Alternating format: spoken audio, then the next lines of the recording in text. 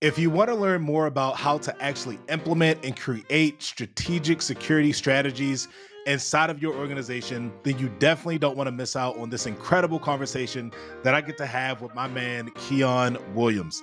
He's a wealth of knowledge. He owns Class LLC, where he offers tips and tricks about cybersecurity as well as strategy that can be implemented inside of your organization to make sure that your programs are operating in the most effective ways possible. If you haven't done so already, I highly encourage you to go down below, hit the subscribe button and the like button so you don't miss out on incredible conversations just like this one with my man Keyaan.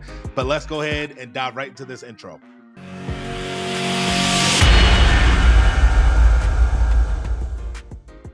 What up? What up? Welcome back to the Simply Secure podcast. This is your host, Eddie Thomason. So excited to be back here with you guys today because we have an incredible guest. And this is a guy I mentioned in my very first episode, sharing the background of the show. The only connection that I pretty much had in regards to cybersecurity. Like Keyaan is that guy that I mentioned on that episode. And I'm so excited to have him here. I'm really like fan loving at the moment because I feel like his knowledge and his contributions to the industry is like no other guest that's actually been on the show before. So I'm honored to have you here, Keyaan. I'm gonna let you go ahead and introduce yourself and let the people know what you're excited about. Cool. Thanks for having me, Eddie. The thing that I'm most excited about is I'm starting a series of conversations about rethinking cybersecurity. And my Mm-hmm. argument is that people are doing it wrong. As a matter of fact, Mm. for the audience, when Eddie and I first met, it was for a book writing project. And I keep writing and rewriting the book. And I have finally settled on the title of the book is going to be You're Doing It Wrong, and telling people all the dumb stuff that happens in cybersecurity and a Mm. more business oriented and strategic approach to solve a lot of the problems that we deal with in the industry. I love it. I'm looking forward to that title, man. As soon as you drop it, you let me know because I'm gonna Oh, definitely add it to these show notes and everything else. absolutely. Now, before we start diving into the conversation itself, Keyaan, let the people know, my man, like, what's your origin story? As you, I don't know if you know this about me, but as my listeners have learned so far, I'm a huge Marvel fan, so I love to talk about origin stories, right, and where things came from. So, how did you get into this space that we call cybersecurity? By car accident. So, Really? once upon a time, I worked for a Mm-hmm. company unloading tractor trailers. And so Mm. they really wanted me for my brawn, not for my brain. And my boss let me use his truck to go run an errand. I ran through a red light, ripped the bumper off of this lady's car. Back then, the Mm. best you could do for communication was a pager. So I said, "Look, this Mm. is where I was going. I'll show you, where I live. You can write down Mm. all my information. Whatever it takes to make your car whole, I would just give you the cash for it." And so I, Mm. I honored my commitment because I was an upstanding individual. She helped Mm. me get a job at the help desk at the Georgia World Congress Center Wow. Authority in Atlanta. The Congress Center includes Centennial Park, the Congress Center Mm. itself. There's a lot associated with it, but they have a lot of technology infrastructure in the Mm-hmm. background. And my first job in technology was being a cable monkey. So I Wow. climbed miles and miles through the rafters, pulling out thin net cable. For those of you who understand old network technology, and I replaced it all with Ethernet. And because I Mm. ran around in the rafters, dirty, sweaty, and hot, and did it Mm. with a smile, I was whistling while I worked. I could have been a dwarf hanging out with Snow White. They said, you have Right. the right mindset to work on the help desk Mm. and to serve customers. And so that Mm. was my first IT job. Then I ended up in the Army. After my last two duty stations, the two units that I was assigned to in the Army were both Mm. communications units. So in the Army, they have the Signal Corps. The Signal Corps is responsible for communications. So even though I Mm. was a nuclear, biological, and chemical weapons specialist, nobody wanted to do what I was doing. So I went and hung out with all the communications people and expanded my Mm. knowledge in doing networks, satellite communications, setting up Mm. relays and all those things.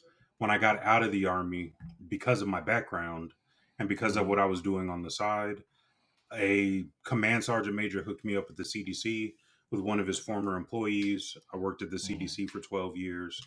By the time I left, I had the opportunity to run security programs for Mm. significant parts of the agency. And then since I Mm. left, I've been consulting ever since. But it's a Mm. cool progression going from, just a a strong caveman to a guy running through the rafters to somebody that has had the opportunity to build global security programs and tell Mhm. people how to do security right. Absolutely. Man, you dived into so many different pieces there because I would say that's a little bit different from what we typically hear on the show in regards to how people got into cyber, right? First of all, coming by way of car accident. Right. but but secondly, going from, like you said, being a caveman, just kind of using your bronze to then just being exposed to all these different opportunities along the way. And now you've landed into this incredible role of starting your own company and having Class, right? Class LLC. So actually, let's do that. Let's take a little bit of time real fast and talk about what's your vision there. Why did you start Class? Why did you feel as though this was the time to get into consulting compared to just working inside of some of these bigger organizations? Well, so one of the things about being a federal employee, if we go back to Mm-hmm. when I was at the CDC and I was there for over a decade, Mm-hmm. people like the fact that your retirement is guaranteed. You just got to show up, do your job, keep your nose clean, and go home. But my aspiration required a little more than what being a federal employee offered because I Mm-hmm. wasn't the king of the hill.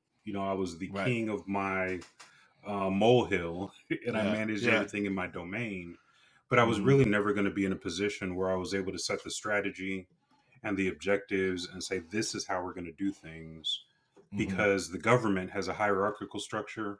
There's really no way to get out of doing things outside of what the Federal Information Security Management Act describes. Right. The other thing is that when you work for a federal agency, most of your focus is on technical controls. Mm-hmm. And I have a much greater affinity for people, for processes, and for Mm-hmm. strategic planning and monitoring the execution. So it was Mm-hmm. just a mismatch. So people thought I was crazy when I left being a federal employee and having that guaranteed retirement and going into Yeah. consulting. But consulting is probably the best thing I've ever done in my life. For a couple Mm-hmm. of years, I worked for EC Council. So I'm the main author of the Certified Chief Information Security Officer. They call it Nice. CISO, but I wrote Okay. most of the book for version 2, and then I was Awesome. able to travel around the world teaching CISOs how to do their job. And so it would Mm-hmm. be a factual statement that I wrote the book on how to be a CISO, and then I traveled the world teaching people how to do it, just Right. based on the things I learned in my MBA program, Mm-hmm. based on my preference for people and process instead of Mm-hmm. technology as the priority. So all of that came together. It was a huge blessing. And when I left Yep. EC Council, I started my own consulting firm Mm-hmm. because I just couldn't see going back and working for somebody else Mm-hmm. after having done everything that I did as a federal employee, after traveling around the world, doing great projects from an education and from a consulting perspective.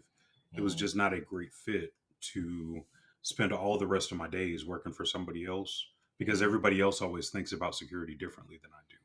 Now, I Right. did have a short time where I worked for another company and we Mm-hmm. left on good terms. It's just I was supposed to be the director of security in the Southeast, and I Mm-hmm. spent 90% of my time on the West Coast.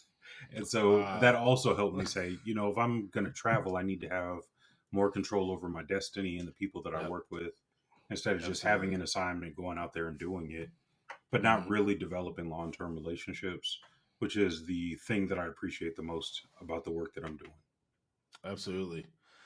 Man, first of all, I think you're like what you have to say to CISOs in itself is obviously going to be very impactful and very helpful because, like you said, you wrote the book on CISO itself, right? On becoming a CISO, or not becoming, but being a CISO, right? Like that role in itself, right?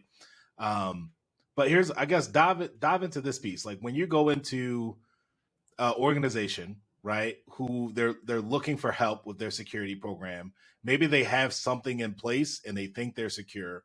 What is the process you typically go through to help expose maybe some vulnerabilities or things that they were not exposed to or aware of? And then how do you start to create that strategic plan to get them to a place where their information and data is secure? Well, so academically and in practice, Mm-hmm. the first thing that you should always do is an assessment. Mm-hmm. If they hired me as the CISO in my first 30 days, the first thing I'm planning to do is a comprehensive assessment. What do Mm-hmm. we have? Where is it? How well is it secured? What are the business objectives of the company? Mm-hmm. In the executive education program that I offer, there's some executive coaching that comes along with it for the Mm-hmm. people that subscribe at a higher level. And one of the guys gave me a huge honor. So he says, "Hey, I'm about to be unexpectedly unemployed as the Mm-hmm. result of mergers and acquisitions. The acquiring company has their own people. I anticipate in advance that I'm going to have to find something new to do." And one of the questions that was asked was for me to review the 90-day plan that was documented. And I said, "Hey, this is a great 90-day plan. You cover great things in the bullets that are listed here. But if Mm-hmm. you present this to a non technical business person, they have no idea why they care and what's in it for them and why it matters." And so, one Mm-hmm. of the things that we did, and this goes into the answer for your question, Yep. is we said, how do we take everything that you've listed over the next 90 days and Mm-hmm. turn that into a proposed short term strategic plan? What's the mission, the vision, and values of the company that you're talking to? Mm-hmm. How are all of these bullets that you've listed in the paper Mm-hmm. relate to the mission, vision, and values so that they understand the connection between specific activities that you've said that you're going to do Mm-hmm. and why it matters for the business? And the cool thing is that anybody can do this. If I work in a manufacturing plant, what Mm-hmm. are we manufacturing? How is it produced? Why do people care? What is the volume that we've committed to our customers? And once you have all of those data points as a foundation, you then have the opportunity as a security executive to say, what's going to interrupt business processes?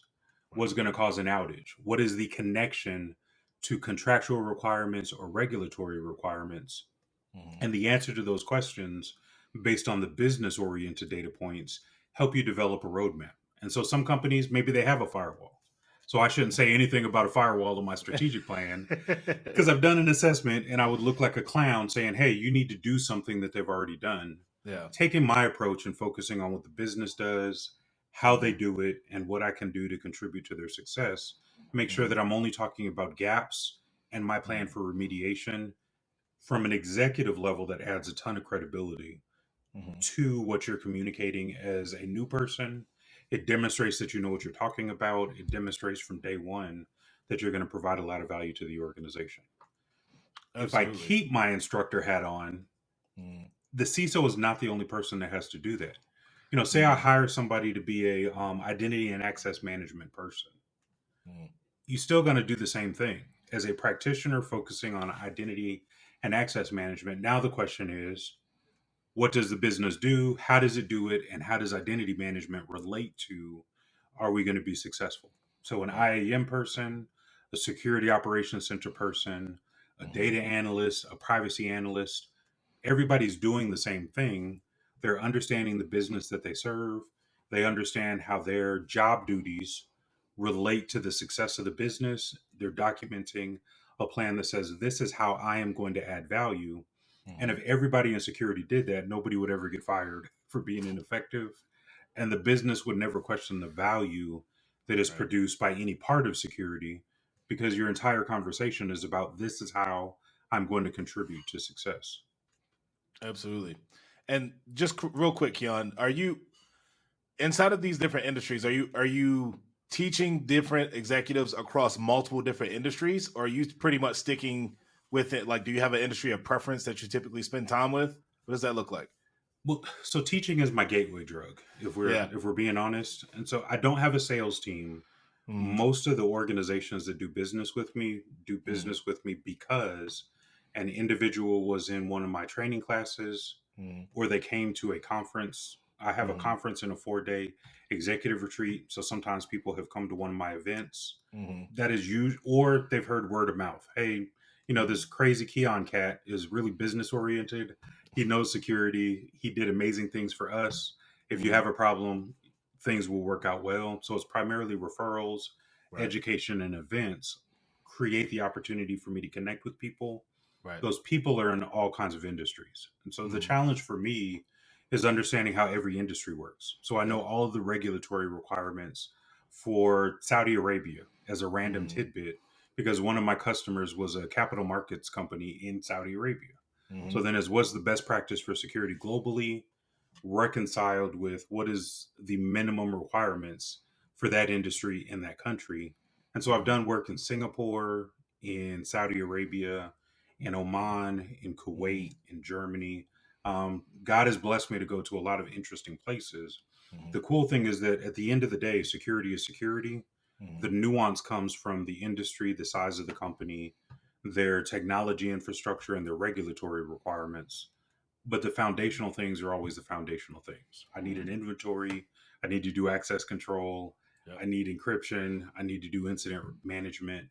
It's just finding out the specific things for a particular industry that have to Mhm. be in place for success. Absolutely. So it's funny. The reason why I asked that is because multiple different conversations like that I've had so far is everybody's talking about you need to know the business, right? Like if you're in security, you need to know the industry, you need to know the business, you need to understand how it operates before you can really add any true value, right? As a security professional, well, not true value, but like specific value for the long term, the strategic goals and the plans of the company in itself. You want to do a deep dive into these different industries. So my question to you then is, how do you, when you go into these, these different industries, how much time are you spending on that, right? Like when you get a new person coming to, Class LLC, they're like, hey man, how it's a brand new industry that you never worked with before. Are you telling them like, hey, I need some lead up time before we actually sit down and have a conversation? I want to learn more about how the industry operates. How are you typically educating yourself on industry or new industries so that you can do your job effectively and really help them out long term? Well, the same thing that I do in consulting is what I encourage people to do in their full time employees. Mm-hmm. My first 30 days working with a new customer, I talk to everybody in the world. And so, true Hollywood story. Mm-hmm. I had a customer that is a large SaaS company, Mm-hmm. but it is a security provider. So they provide Okay. security technology in the industry for consumers and for businesses. Mm-hmm. Over the course of that project, within the first 30 days of the project starting, I talked to 36 executives: the CEO, the Wow. CIO, the CFO, the Mm-hmm. accounts payable, accounts receivable, technology engineering, cloud services, incident response. I mean, Mhm. everybody that had What's even going on? HR, Listen, I just wanted to take this everybody that really had quick anything to break to do with how the see if you business guys are operates, actually I enjoying had a the content conversation with that's them and I inside of asked the them show. three Because if you questions. are, What do what you care help about? out the channel Not a a security bunch if you question, go but just ahead for the down below, business. hit the What do you subscribe care about button, and how do you hit the get your like button bonus? if this conversation Question has number truly two was, been how do you fired. see But security only if it's been contributing to your fired though. If it's success? been some trash, Question let me three know in the comments. was, Either how way, does I your part of the appreciate the business feedback. really All right, operate? let's get back into it. Absolutely. And that's so important, man. Like that was all gems. Like you said, I hope nobody really takes it and like, hey, this is now I'm complete with Keyaan because I know how he does it. But that was all gems, man. Those three questions. If you guys haven't, if he hadn't written them down, I strongly encourage you to go back, rewind, write them down, figure it out for your own individual business, right? Because it's gold, man. It's and I love the fabric of who you are, Keyaan, is getting to know people. Because Yep. that's really what it is at the end of the day is getting to know people and understanding how security affects them. I think if everybody does that across organizations, it would make every organization stronger, right? Well, if you think about every interview that you've done, so this is a Mm-hmm. great show. I'm happy to be here. Yeah. The way that you approach it is why I'm here. Mm-hmm. But you think about all the people that you talk to, how many of them start with, I really like to have a conversation with everybody in the company. I think that's one of the things that's missing from the profession, Mm-hmm. where people jump in and they look at something like the CIS, critical security controls, or they look at Mm-hmm. ISO, or they look at NIST, and they say, in this collection of practices that are required, they're all technology oriented. Nobody ever steps back and says who's managing the technology, or Mm-hmm. who influences it, or who is influenced by it. I Mm-hmm. remember early in my career, we went from WordPerfect to Word to save money, have an enterprise centrally managed solution. But all the executive assistants had memorized all the shortcuts and the hotkeys in Mm-hmm. WordPerfect, and we almost caused a riot Yeah. going from one word processing application to another. And Mm-hmm. from an IT perspective, word processing is word processing. Yep. It doesn't really matter. But from the human perspective, the people who were affected had to learn something new. There Mm-hmm. was a learning curve. The speed at which they did their job Mm-hmm. was affected, and it caused disruptions, even though it was cheaper and it provided a better outcome Yep. from a financial perspective and for an operational perspective. Mm-hmm. That is probably one of the best things that I learned about taking a minute to sit back, smell the roses, grab people to smell them with you, and Yep. Yep. understand, are they allergic to roses? Because if they Yep. are, I don't want to keep bringing them roses. Do they even like roses? But you only learn those things by having conversations. Absolutely. It's a huge part of building anything of success, right? If it's having conversations with people and understanding how they're affected so that you can better support and serve them, right? Because disruption, I mean, we can dive into a whole different rabbit hole on how disruption really affects a business long term when it comes to making all these different changes that end users are not necessarily apt to. I guess not. It's not to absorb, right? Like, because that's really what it is. They're absorbing the results of change instead of embracing the change itself and adapting with it, right? Well, if you think about the Great Resignation, Yep. people are talking about the number of executives and professionals that are leaving their jobs to start their own business. Hmm. What I think they're missing from that analysis is how frustrated were these people and what was the source of frustration. Mm. They're probably frustrated because business processes are stupid. The technology that they have is limited. You have to jump through hoops and hurdles to get the job done. Hmm. Nobody's paying attention to the concerns that are raised. Response for those concerns is slow as molasses. And for people who are gamers, what individuals are basically doing is they're rage quitting, they're turning off the game and walking away Hmm. and saying, you know what, I'm gonna take my ball and go to do something else Hmm. somewhere else. And it's because they're not being heard, they're not being seen, Right. they're not being paid attention to. And there's a really cool opportunity in all of this to say, hey, we need to put these controls in place. Let Hmm. me sit down with you and help you understand how it makes your job better, how it makes it easier, how it equips you to protect the organization while at the same time do your sales and marketing or do your HR Hmm. or do your accounting, whether it's payables or receivables. I Hmm. just want you to understand why we're doing this to you. And once we get past the learning curve, why it's going to be better for the organization Right. so that everybody's protected. Exactly. It's like kind of forewarning them, like, hey, here's what's happening and here's why. But I do want feedback, right? Like, don't just dictate it. Like, hey, this is what's happening, and you have no say in it. But it's like, hey, here's what's happening, here's why. But give me feedback. Like, why? How do you feel this is going to impact you? How do you feel as though this is going to affect your day to day, right? And just kind of get that feedback so you understand how to manage that change and transition effectively, right, throughout that entire process. Well, could you imagine the commotion that would be caused if you're in a long term relationship and for all that time you're acting one way and then out of the blue you start doing something new and saying, hey, it's my way or the highway? That same kind of disruption that anybody can imagine is Mhm. what security and IT people do to the end users and staff all the time. Mhm. There's never any warning that says, hey, I think I'm going to lose weight and bring sexy back. So I'm going to stop eating fried chicken and we're only going to eat greens and kale. But if Right. out of the blue, every time I go to the grocery store, all I'm buying is fruit and vegetables, no more salt. I mean, it's disruptive. People are going to be like, what gives? What's going on? I'm not happy because I've been accustomed to Mhm. things operating in one way, and you are suddenly changing the entire environment with no Mhm. conversation and no explanation.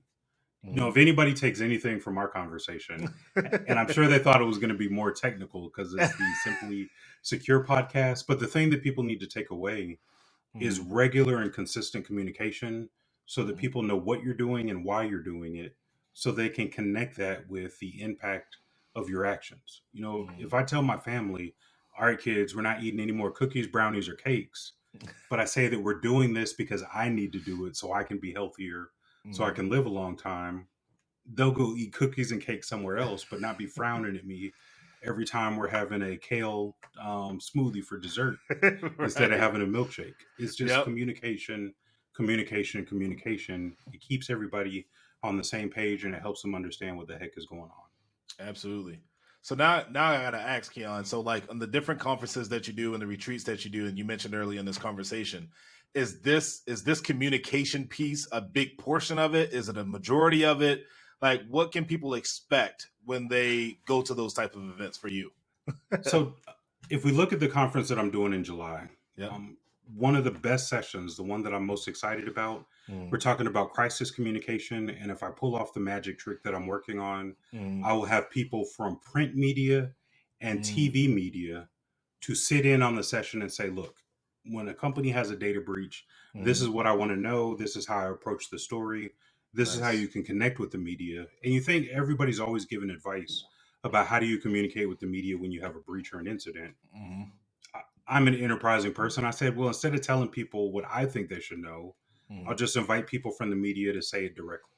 mm, When you have crisis communications, the mm, CISO, the CIO, technical people are not the best communicators.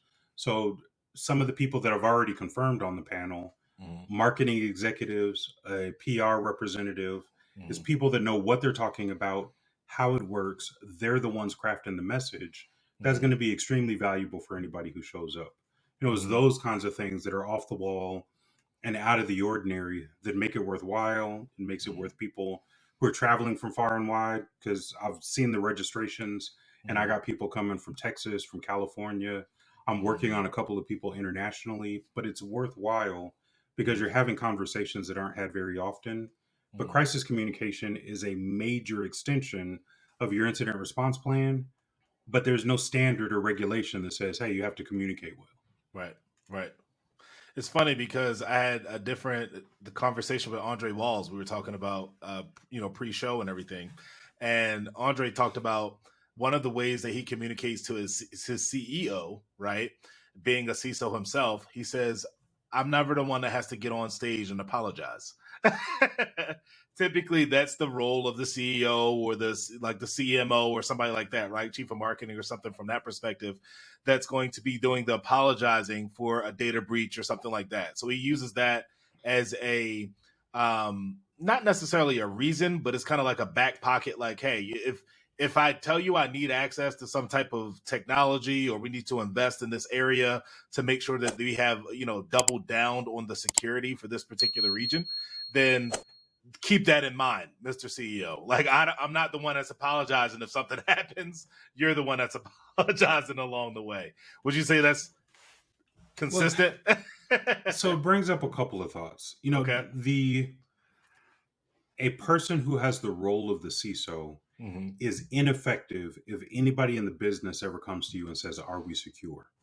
Mm. Nobody should ever have to answer that question, or nobody should ever have to ask that question Right. if I'm doing my job properly. Mm-hmm. Where I would diverge from the previous insight is that I would argue that you never have to apologize for a cyber incident or for a data breach, Mm-hmm. because the way that I approach security is slightly different.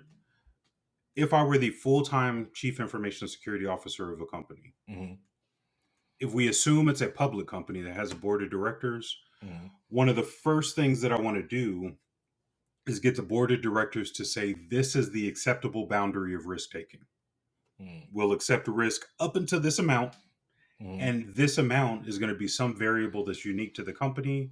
And we're going to clearly define what is our regulatory risk, Mm-hmm. what is our financial risk in terms of how much money we're willing to lose, what is our operational risk in terms of downtime that we're Mm-hmm. willing to accept, and what is our reputational risk in terms of what is the worst case scenario if the media gets a hold of this. Mm-hmm.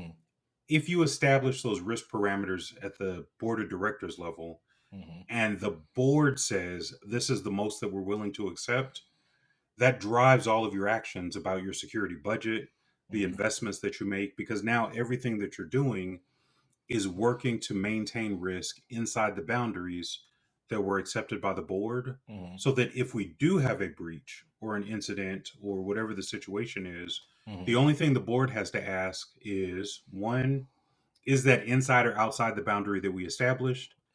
If it's outside the boundary, why is it out there? Yeah. Is it a failure on your part? Is it a failure on the business's part? Mm-hmm. Did we intentionally decide to make investments elsewhere, and Mm-hmm. we were willing to accept that this might happen, and when it does happen, we knew it was coming and we knew the impact on the organization? Right. That's a much more effective conversation where now the board, in their role in providing risk oversight and providing resources and directions for the company, Mm-hmm. has established the operating parameters, and now I'm the messenger. I'm not the bad guy. I never have to say no. I never have to beg anybody for anything. All I have to do is show up and say, given what is established, these are my recommendations for us to operate within the acceptable boundaries. Anything that goes beyond those boundaries, I'm going to document. And if we go really far, and this is where I get into the magic when people let me get their hands on their security program, risk acceptance happens based on the impact. So if it's low, maybe you can do it at a director level. If the risk is moderate for any of those four areas, the CEO and the executive committee has to approve it. If it's a high risk, it has to be approved by the board. And what that does is it eliminates shadow IT. It eliminates risk-taking behavior by business people who may care more about their bonus than they care about risk management within the company. And it puts the organization in a position where only the board has the authority to accept significant risk on behalf of the business. The culture inside that kind of company is going to be completely different than a company where the CISO is begging people to do the right thing. Nobody pays the CISO any attention. The person in that role gets burnt out and goes somewhere else. And then you're just rinsing and repeating, where the company is constantly cycling through a person in a significant role who has no support, who has no control, who has no influence. Right, right. So that's I want to ask this, and might be the last question we got time for this particular episode. But obviously, we can always jump back on here and do a whole nother subtopic or whatever else. But I'm curious to know. So when you say different CISOs that are being kind of rent free, because it's a revolving door type of situation, right? Because we've seen some companies that's been in that situation, right? From your perspective, is it better to bring in outside help to transform a already established security program, or is it better to hire from within? I know sometimes, for me and you on a personal level, we might think, it depends on like personnel and stuff that's in the organization already. But overall, from your perspective, Keyaan, what do you think is the best route typically moving forward? It depends on how much the company invests in personal development or professional development. Yep. If my company provides no money whatsoever for professional development, for certifications and training, I'm depending upon the ingenuity and the personal investment that somebody is making to become a better person. Now, there are people that do that, but cybersecurity education and certifications is expensive. If I'm already in a situation where I am not reaping the rewards and I don't have the benefit and the support of my company, I'm probably not likely to spend $3 to $5 to $10,000 to become smarter to support a company that doesn't care about me. Right. And in that context, it's better to hire somebody who has more experience that can solve the problems that the organization is facing. One of the things that I do for some companies, and I have one customer where this is the case, is they hired a full-time head of IT and security. So this person is in charge of security and IT. He's running around putting out all the fires. So he said, "Hey, Keyaan, I want you to do an assessment, identify the gaps, establish the priorities strategically."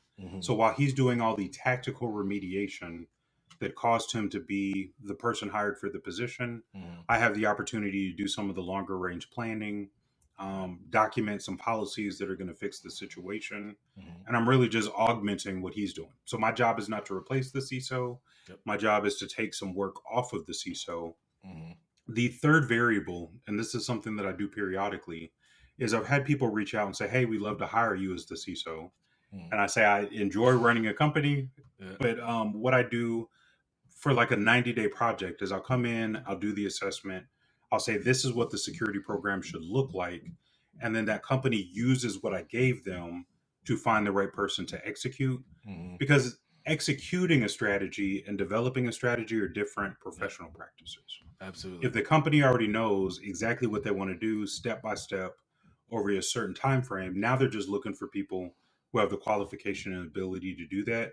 It is a completely different set of practices if somebody's going to come in, do an assessment, and figure out the strategy, because there's no strategic planning training in cybersecurity degrees or certifications. Right. If you look at the NSA has a list of Centers for Excellence for Cybersecurity Education. 90% of those programs have no business classes in the entire degree program. 90% of security people, unless they have a business degree, Yep. never learn about strategic planning Yep. or program management or project management. They're focused on reverse malware analysis and assembly language. Right. So it just goes in different directions. And sometimes having a consultant come in, do the assessment, come up with a plan, allows a company to accelerate the process to hire somebody for the execution part. That's awesome. I love it, man. I appreciate you coming on here, dropping some gems, sharing some knowledge. And for everybody that's listening, I would definitely highly recommend that you check out the event that Keyaan is going to be throwing in July, because being a part of a smaller group with Keyaan that was it was not security related. It was book writing related, like Keyaan mentioned in the beginning of the episode. But being a part of that group and just knowing who Keyaan is as a person, I know you're going to benefit from it, because the dude continues to serve and love other people. And if you're going to be in that room, then I know you're going to be served and loved on like no other person has ever done. So I highly encourage you to check that out. The links and everything is going to be in the show notes. But Keyaan, also let the people know, how can they get a hold of you? What's the best way to get a hold of Keyaan, social media platforms, anything like that, for them to just pick your brain if they wanted to learn more about you or Class LLC? Actually, Eddie, because it's for your show, you can put my real email address in the show notes. I read all of the emails that come to me, as long as people aren't trying to sell me something stupid. Yep. And as long as it's not a solicitation, because I'm happily married to my wife. And so if you're not talking about dating, or you're not trying to sell me a product, and you just want to have a conversation, I answer all of those emails. The other option is to connect on LinkedIn. The only trick is you need my email address to connect on LinkedIn, because I get a lot of solicitations for a lot of interesting things on LinkedIn. And so that knowing the email address helps cut that down a little bit. Absolutely. So there you have it, guys. We're going to drop Keyaan's email address inside the notes. And again, I'm going to tell you right now, if it's not just to have a conversation, I'm just going to revisit exactly what Keyaan said. Make sure you're not sending him anything that's soliciting or trying to sell him something. But if you just want to pick this man's brain in regards to security, he is truly a wealth of knowledge for you guys to really learn from and glean from. If you got a security question or a specific scenario, he'll be a great resource to help you through that hurdle, right? Help you through that anthill. So Keyaan, again, man, I appreciate you coming on to the show. I appreciate you dropping your gems, sharing your wisdom. And for everybody that's listening, I appreciate you guys also jumping on and listening to the Simply Secure podcast. And this is Eddie Thomason. See you guys on the next one. So what do you think? Was that helpful? There's incredible conversations just like this one all throughout this channel. The links on the screen, the videos that you'll see, is actually other videos that's very similar to some of the conversations that I had right here with this guest. So feel free to go ahead and binge watch some of these incredible conversations with other cybersecurity leaders within the space. And if you found value, feel free to go ahead and hit that subscribe button down below, as well as hit the like button, because it helps YouTube push this content and this channel to other people in the industry just like you. And obviously, those are the people that I'm trying to reach. So I appreciate you, and look forward to seeing you again on the next one. Deuces.